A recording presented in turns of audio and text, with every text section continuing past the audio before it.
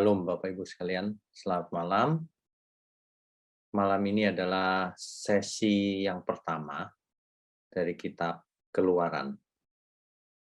Sebenarnya ini adalah kelanjutan dari sesi 50 kitab Kejadian. Karena memang kisahnya benar-benar merupakan lanjutan. Untuk itu mari kita siapkan hati untuk menerima kebenaran ini. Mari kita berdoa. Bapa di surga, biarlah malam ini kami boleh belajar dengan benar. Apapun yang terjadi, mohon berkati agar apa yang kami lakukan ini menjadi efektif mengubah banyak orang. Ampuni segala kesalahan kami selama ini. Berkati mulut hamba-Mu untuk menyampaikan kebenaran ini. Hanya di dalam nama Tuhan Yesus kami berdoa. Amin. Bapak Ibu sekalian, seperti sudah tadi saya katakan, malam ini adalah sesi pertama dari kitab Keluaran. Kitab Keluaran adalah kitab kedua, urutan kedua dari Pentatuk, dari kitab Taurat yang secara tradisi dipercaya ditulis oleh Musa. Meskipun ada pendapat lain, yaitu Musa mendapatkan dokumen-dokumen sebelumnya atau mendapatkan tradisi oral sebelumnya. Tetapi yang lebih kuat adalah Musa yang menulis. Baik, tema malam ini adalah lahirnya Musa.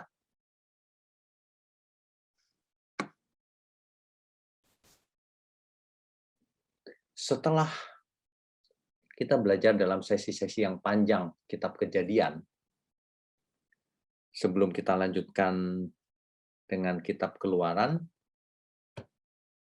kita review sejenak apa yang sudah kita pelajari di sesi yang lalu untuk mengantar pada sesi berikutnya malam ini.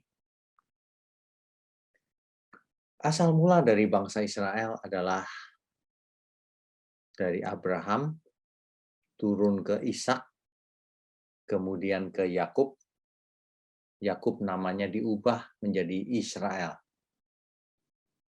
Jadi kitab Kejadian mengantarkan pembacanya pada awal dari terbentuknya bangsa Israel sebagai umat pilihan Allah.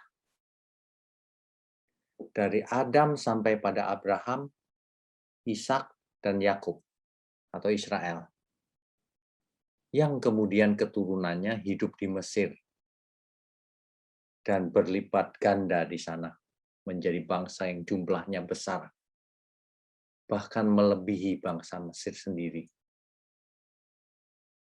Tapi perlu dicatat di sini, yang dinamakan bangsa pilihan atau umat pilihan, itu bukan berarti secara individu setiap umat Israel pasti selamat. Bukan itu maksudnya. Umat pilihan di sini dimaksud adalah sebagai bangsa pilihan yang mengemban pengenalan akan Allah, di mana silsilah keturunan Mesias lahir dari bangsa Israel. Nah, oke, kita lanjutkan dulu. Jadi sebenarnya ketika kita belajar kitab Kejadian, maka kita perlu memperhatikan silsilah daripada Mesias.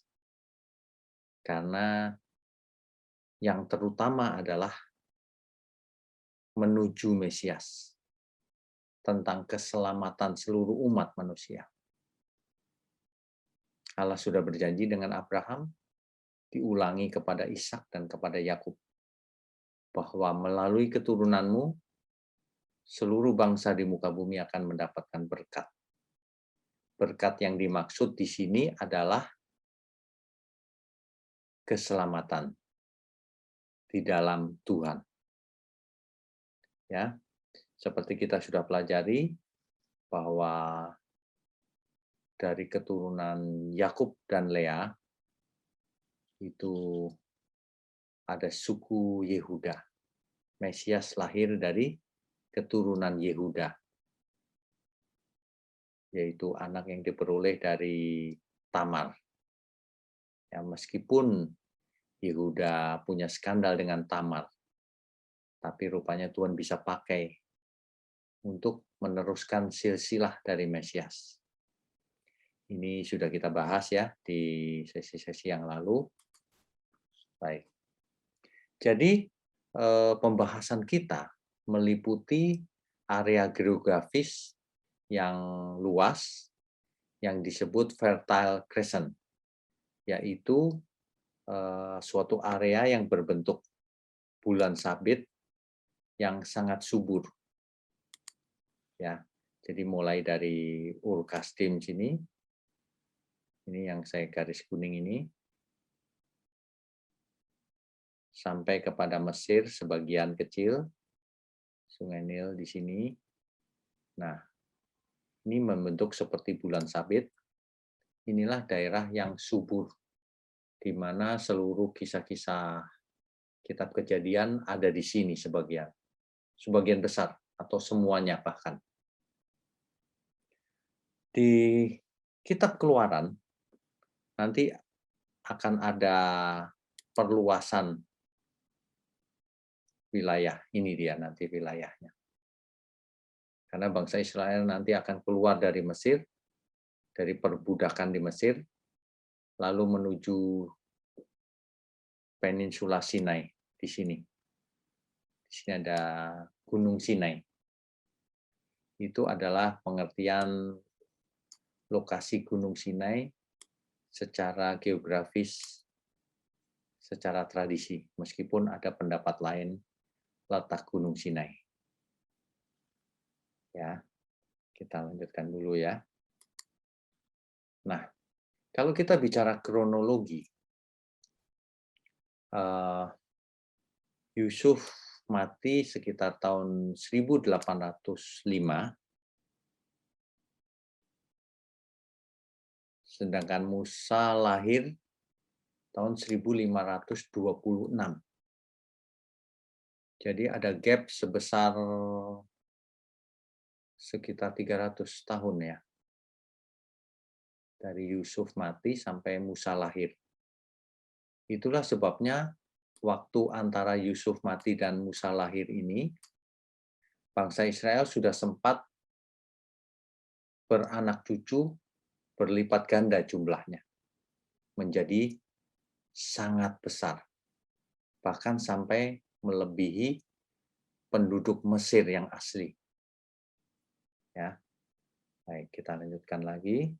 Oh ya, ini Musa. Ada yang pernah meragukan kebenarannya bahwa Musa itu menulis kitab suci. Alasannya karena di zamannya Musa belum ada tulisan, belum ada kertas, katanya begitu. Tapi sekarang kita tahu bahwa kertas sudah ditemukan, yaitu papirus di Mesir, dan sudah dipakai. Sehingga Musa tentu saja bisa menulis, karena Musa dididik di istana. Ya. Oke, baik, kita lanjutkan. Nah, di sesi-sesi yang lalu kita sudah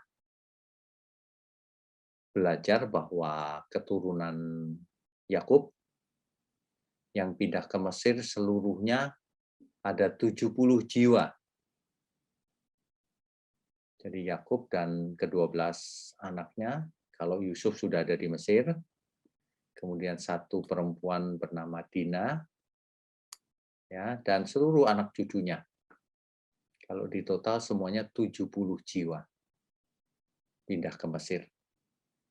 Dari 70 jiwa inilah kemudian berkembang pesat, berlipat ganda jumlahnya. Ya. Oke. Kita lanjutkan dengan kitab Keluaran. Keluaran pasal 1 ayatnya yang ke 1 sampai 5 yang tadi ya, sekarang ayatnya yang ke-6. Kemudian matilah Yusuf serta semua saudara-saudaranya, dan semua orang yang seangkatan dengan dia. Tentu saja termasuk Fir'aun yang baik hati, yang di zamannya Yusuf sangat baik kepada bangsa Israel. Mati juga. Generasi demi generasi berlangsung terus sekitar 300 tahun, lalu lahirlah Fir'aun yang baru. Mesir kemudian diperintah oleh Fir'aun yang baru yang tidak mengenal Yusuf. Ya. Ayat 7 sampai ayat 9. Orang-orang Israel beranak cucu dan tak terbilang jumlahnya. Jumlahnya sangat banyak. Mereka bertambah banyak dan dengan dahsyat berlipat ganda. Sehingga negeri itu dipenuhi mereka. Jadi di Mesir, bangsa Israel berlipat ganda, beranak cucu sangat pesat, cepat sekali pertumbuhannya. Ayat ke-8, kemudian bangkitlah seorang raja baru memerintah tanah Mesir. Yang dimaksud raja baru ini Fir'aun, bukan Fir'aun yang dulu sudah mati. Jadi yang bergelar Fir'aun, yang tidak mengenal Yusuf. Nah, ini jadi masalah. Berkatalah raja itu kepada rakyatnya, bangsa Israel itu sangat banyak dan lebih besar jumlahnya daripada kita. Rupanya Fir'aun merasa khawatir kalau bangsa Israel jauh lebih banyak, dan nanti kalau perang bangsa Israel jangan-jangan ikut musuhnya sehingga Mesir dikalahkan. Kekhawatiran Fir'aun ini. Ya. Karena Fir'aun yang baru tidak mengenal Yusuf. Tidak tahu asal mulanya. Ayat 10 sampai 22. Fir'aun lalu mempunyai rencana yang jahat. Israel dijadikan budak kerja rodi yang kejam dengan kejam. Membangun minimal 2 kota perbekalan yang dicatat di Alkitab, yaitu Pitom dan Ramses. Rencana ini kurang berhasil rupanya. Lalu Fir'aun memerintahkan bidan-bidan untuk membunuh setiap anak laki-laki yang lahir dari perempuan Ibrani. Perempuan Ibrani maksudnya perempuan Israel. Semua bayi laki-laki yang lahir langsung harus dibunuh oleh bidan-bidan itu. Tapi rupanya ada bidan-bidan yang tidak mau melakukan itu karena takut akan Allah. Nanti kita lihat ya. Nah, Fir'aun juga mungkin agak kalap ya.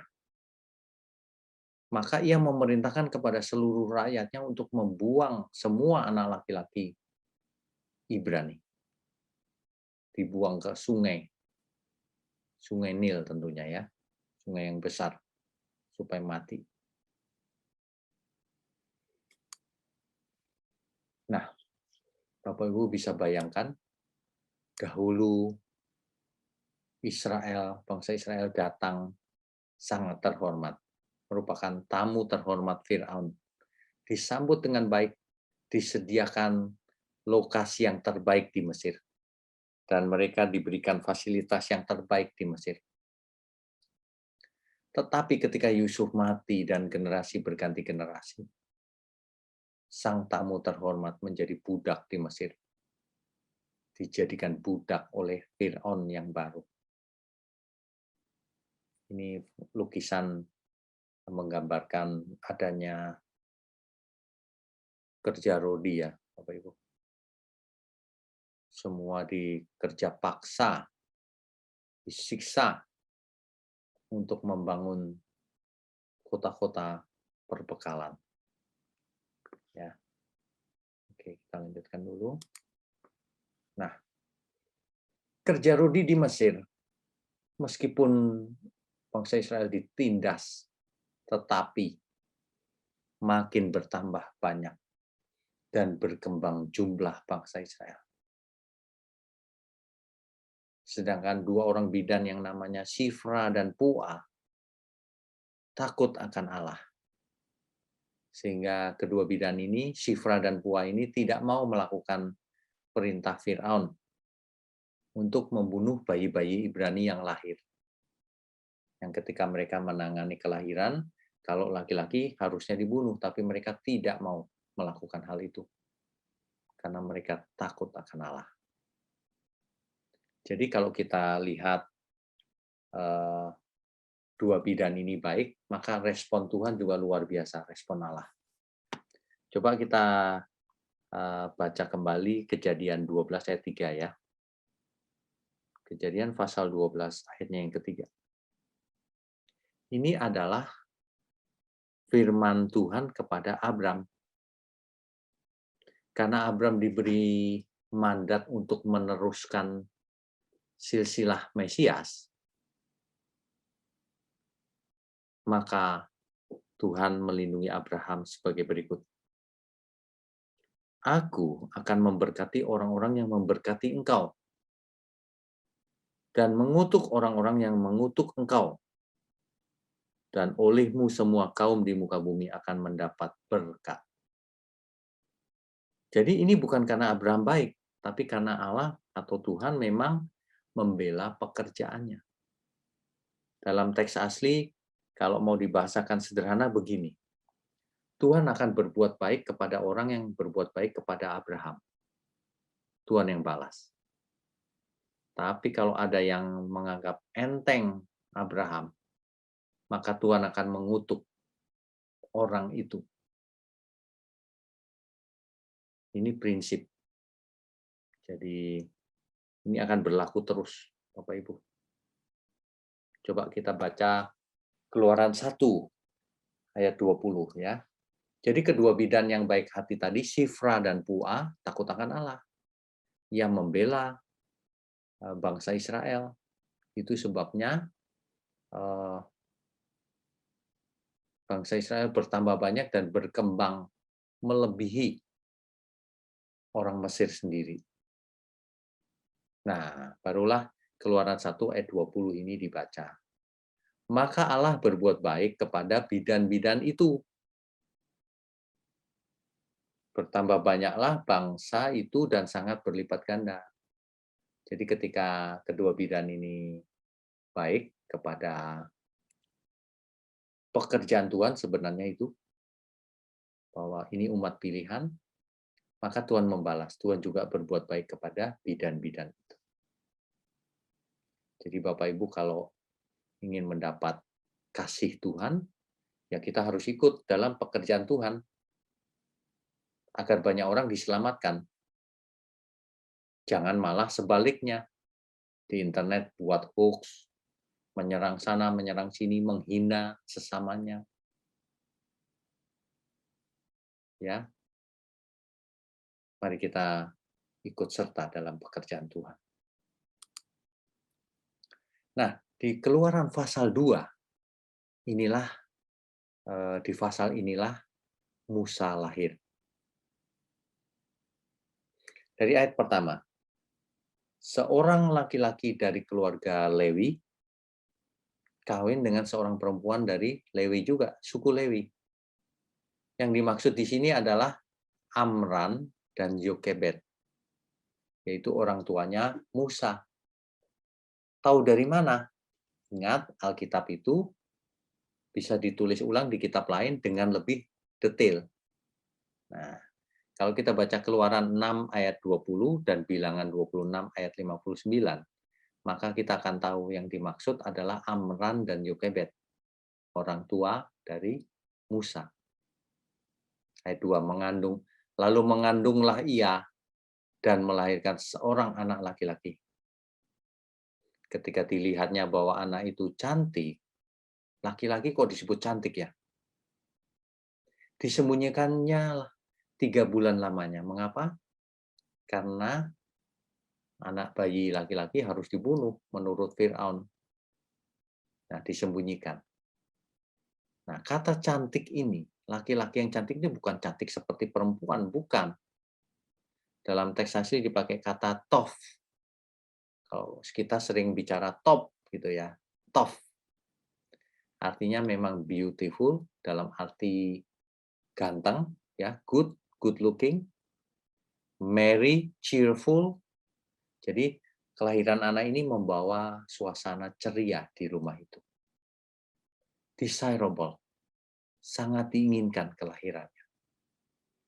Itulah bayi laki-laki Musa ini. Jadi lahirnya Musa ini dari Amran dan Yokebed. Sedangkan Musa memiliki saudara yang namanya Harun dan Miriam. Miriam itu Maryam sama, atau Maria juga sama. Kalimat itu sama. Tetapi Maria itu berbeda-beda. Kalau Maria yang saudaranya Musa tentu saja di zaman Musa. Kalau Maria yang jadi ibunya Yesus itu zamannya beda banget. Ya, jangan bingung, jangan ketukar-tukar, beda Maria. Ya. Nah, Moses menikah dengan Zipora, sehingga memiliki anak dua, Eliezer dan Gershom. Ya. Zipora ini siapa sih? Zipora ini rupanya anaknya Imam Yitro. Loh, kok Yitro Pak, bukan Rehuel? Nah, ini dia. Alkitab itu harus mengerti kalau kita baca. Kok kadang-kadang Yitro, kadang-kadang Rehuel ya. Ternyata dijelaskan di kitab-kitab lain. Di Keluaran 3 ayat 1 disebut Rehuel. Di Hakim-Hakim 4 ayat 11 dan Bilangan 10 ayat 29, maka kita akan tahu bahwa yang dimaksud Yitro itu sebenarnya Rehuel, sama, orang yang sama. Ya. Oke. Kita lanjutkan dulu. Nah, ini dia lahirnya Musa. Ayat ketiga, tetapi nggak bisa disembunyikan terus-menerus selama 3 bulan lebih. Ya. Sebab itu diambillah sebuah peti pandan yang dikasih tel gala-gala supaya kedap air. Dan bayi itu diletakkan di tengah-tengahnya, lalu dihanyutkan di tepi Sungai Nil, di tepi Sungai Nil. Nah, peti pandan di sini yang dimaksud kalau dalam teks asli artinya keranjang papirus. Ya, itu artinya keranjang papirus.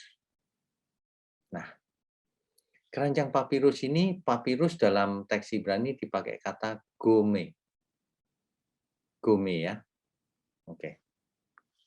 Nah, apa sih gunanya papirus ini? Papirus ini banyak tumbuh di tepi Sungai Nil. Ternyata sangat berguna. Dari jenis Cyperus papyrus, tanaman ini dipakai untuk membuat kertas kuno yang kelak dipakai untuk menulis kitab suci. Nih, Bapak Ibu.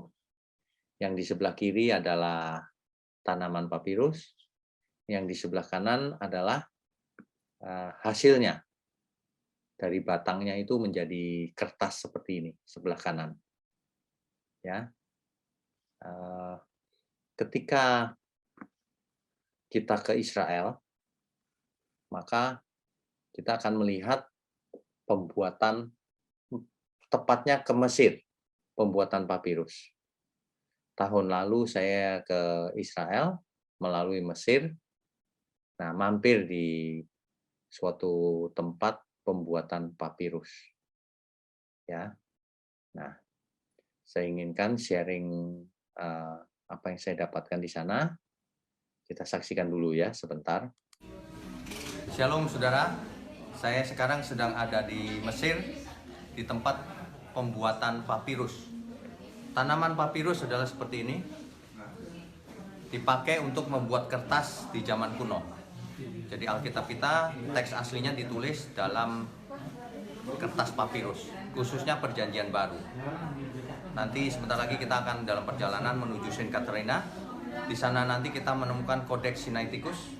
Nah, itu akan dibuat dari papirus, sebuah bahan kertas yang sangat kuat, yang tidak lekang oleh waktu, kecuali dalam waktu yang sangat lama. Dan inilah yang paling cocok untuk Alkitab kita. Bahkan ketika terendam oleh air, dia menjadi lebih kuat. Demikian, semoga ini bermanfaat buat kita semua. Puji Tuhan.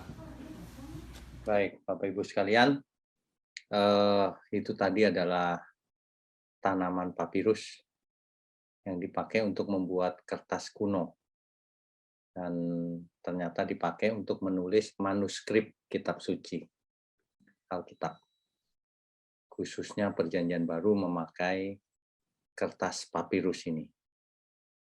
Ya, oke, kita lanjutkan. Baik, Bapak Ibu sekalian, jadi ketika kita pergi, itu ada banyak sekali mengunjungi tempat-tempat yang menambah pengetahuan kita tentang Alkitab. Ya, oke, lahirnya Musa, kakak perempuan Musa atau Miriam ya, atau Maria atau Mariam, itu berdiri di tempat yang agak jauh untuk melihat apa yang terjadi dengan adiknya ini yang ditaruh di keranjang lalu dihanyutkan di tepi Sungai Nil. Ya, oke. Ini kisah sebenarnya mengharukan ya. Maka datanglah putri Fir'aun untuk mandi di Sungai Nil. Rupanya waktu itu putri Fir'aun mandi di Sungai Nil. Sedang dayang-dayangnya berjalan-jalan di tepi Sungai Nil. Lalu terlihatlah olehnya peti yang di tengah-tengah keranjang Musa maksudnya, yang sedang mengapung di tengah-tengah teberau itu. Maka putri Fir'aun menyuruh hambanya perempuan untuk mengambilnya. Pengen tahu ya. Ketika dilihat, ternyata bayi. Tapi bayi itu menangis, sehingga putri Fir'aun kasihan. Padahal ia tahu, tentulah ini bayi orang Ibrani, orang Israel. Tapi putri Fir'aun lembut juga hatinya, ia kasihan. Nah, dari jauh Miriam melihat, loh, kok putri Fir'aun kasihan? Ia memberanikan diri untuk datang kepada putri Fir'aun dan menawarkan, akan kupanggilkah bagi tuan putri seorang inang penyusu dari perempuan Ibrani? Padahal itu yang mau dipakai adalah ibunya sendiri untuk menyusukan bayi itu bagi tuan putri. Tentu saja putri Fir'aun mau ditawarin itu, karena itu kan bukan anak sendiri, jadi harus ada yang menyusui, bukan? Nah, saut putri Fir'aun kepadanya, baiklah. Lalu pergilah gadis itu memanggil ibu bayi itu. Memanggil mamanya sendiri padahal. Maka berkatalah putri Fir'aun kepada ibu itu, bawalah bayi ini dan susukanlah dia bagiku, maka aku akan memberi upah kepadamu. Waduh. Kemudian perempuan itu, yaitu mamanya sebenarnya, mengambil bayi itu dan menyusuinya. Nah ini dia. Dalam situasi bahaya, malah sekarang aman. Karena disuruh oleh putri Fir'aun. Jadi bayi Musa aman di tangan mamanya sendiri bahkan yang menyusui. Ini luar biasa, Bapak. Ayat 10-nya. Ketika anak itu telah besar. Ini tentu saja bukan baru disapih 2 tahun lalu dianggap besar ya. Ketika anak itu telah besar, dibawanyalah kepada putri Fir'aun yang mengangkatnya menjadi anaknya dan menamainya Musa, sebab artinya karena aku telah menariknya dari air. Musa antara lain artinya adalah diambil dari air. Ya. Nah, ketika anak itu telah besar, tentu saja di rumah dididik oleh ibunya, oleh bapaknya, oleh orang tuanya. Tentu saja diceritakan bahwa Musa bukan orang Mesir, tapi orang Ibrani. Tentu dididik dengan cara Ibrani. Nah, setelah besar baru diserahkan kepada putri Fir'aun. Ya, begitu. Nah, Musa karena tahu bahwa dirinya bukan bangsa Mesir, secara emosi ia terikat pada bangsanya.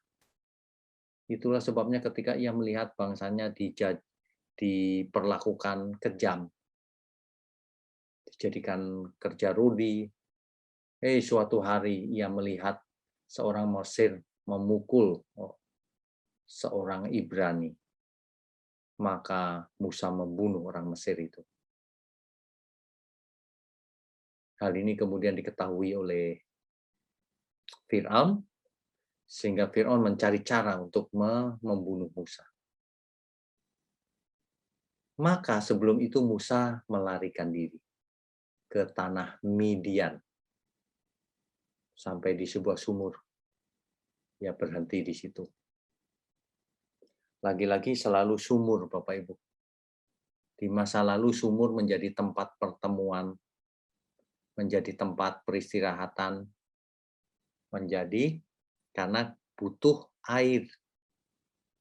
Dan biasanya selalu ada saja anak-anak perempuan dari suatu keluarga yang mengambil air untuk memberi minum ternaknya. Begitu juga dengan waktu Musa ada di sebuah sumur. Rehuel atau yang disebut Yitro sama, seorang imam di Midian punya 7 anak perempuan. Nah, anak-anak perempuan ini kemudian mau menimba air di sumur itu.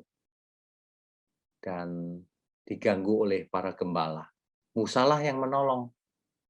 Sehingga ketika anak-anak perempuan itu pulang, ketemu ayahnya yaitu Rehuel atau Yitro, mereka bercerita. Ayahnya bahkan bertanya, kenapa nggak disuruh ke rumah saja, mampir. Nah, akhir kata Musa mampir juga ke rumah Rehuel dan tinggal di sana. Sehingga lama-kelamaan ia menikah dengan anak Rehuel yang namanya Sipora, menjadi istri Musa, dan melahirkan anak laki-laki yang dinamakan Gersom, anak pertamanya. Ya, ini cerita Musa keluar dari istana. Ya, ini jalur perjalanannya, Bapak Ibu. Jadi dari Mesir membawa seluruh bangsa nanti ke maksud saya Musa melarikan diri menuju ke Midian. Ini Bapak Ibu Midian. Midian ya. Nah, mungkin karena Musa pernah berpengalaman di jalur ini, nanti ketika bangsa Israel keluar dari Mesir melalui rute yang sama ini nanti. Padahal Kanaan ada di sini, di dekat sini. Harusnya ia bisa langsung ke Kanaan begini. Entah kenapa dia ke selatan dulu. Di sini lokasinya Gunung Sinai. Ya. Ini nih, Mount Sinai. Nah, begitu.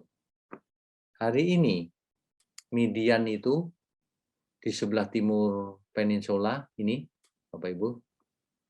Ini yang saya lingkari dengan garis merah ini, Midian. Adanya di sebelah timur Sinai Peninsula, letaknya ada di Saudi Arabia, perbatasan dengan Yordan. Ya. Begitu. Oke. Nah, Rabu depan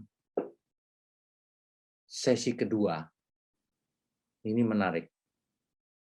Nanti Musa akan bertanya, bagaimana dengan namamu Tuhan kalau engkau mengutus aku? Dan dijawabnya adalah aku adalah aku. Apa itu artinya? Kita akan bahas di Rabu depan. Ya. Nah, saat ini kita sudah sampai pada Musa memiliki keturunan. Ya. Musa memiliki keturunan. Nah, Bapak Ibu sekalian, kalau kita melihat kisah ini, semuanya bukan sandiwara loh. Ini kisah historis. Makanya kita harus meresponi setiap kejadian dengan benar. Sama seperti Musa. Nanti kita akan melihat bagaimana Tuhan memakai Musa secara luar biasa untuk memimpin Israel. Ya. Oke, Bapak Ibu. Saya rasa malam ini cukup. Sampai di sini kita sambung Rabu minggu depan. Mari kita berdoa. Bapa di surga,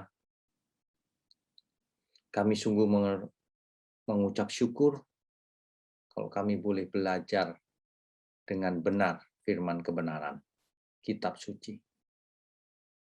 Bapa, mohon berkat-Mu, berkati program ini, agar melalui program ini banyak jiwa disadarkan dan banyak jiwa berubah seturut kehendak Tuhan. Terima kasih Bapak, ada banyak tangan-tangan yang mendukung program ini. Mohon berkat-Mu turun atas mereka. Kesehatan, umur panjang. Juga untuk seluruh umat Tuhan dimanapun berada. Tuhan berkati mereka agar mereka mengerti kebenaran. Dan hidup mereka diubahkan. Terima kasih Bapak. Hanya di dalam nama Tuhan Yesus Kristus kami berdoa dan mengucap syukur. Amin. Amin Bapak Ibu. Sampai Rabu depan.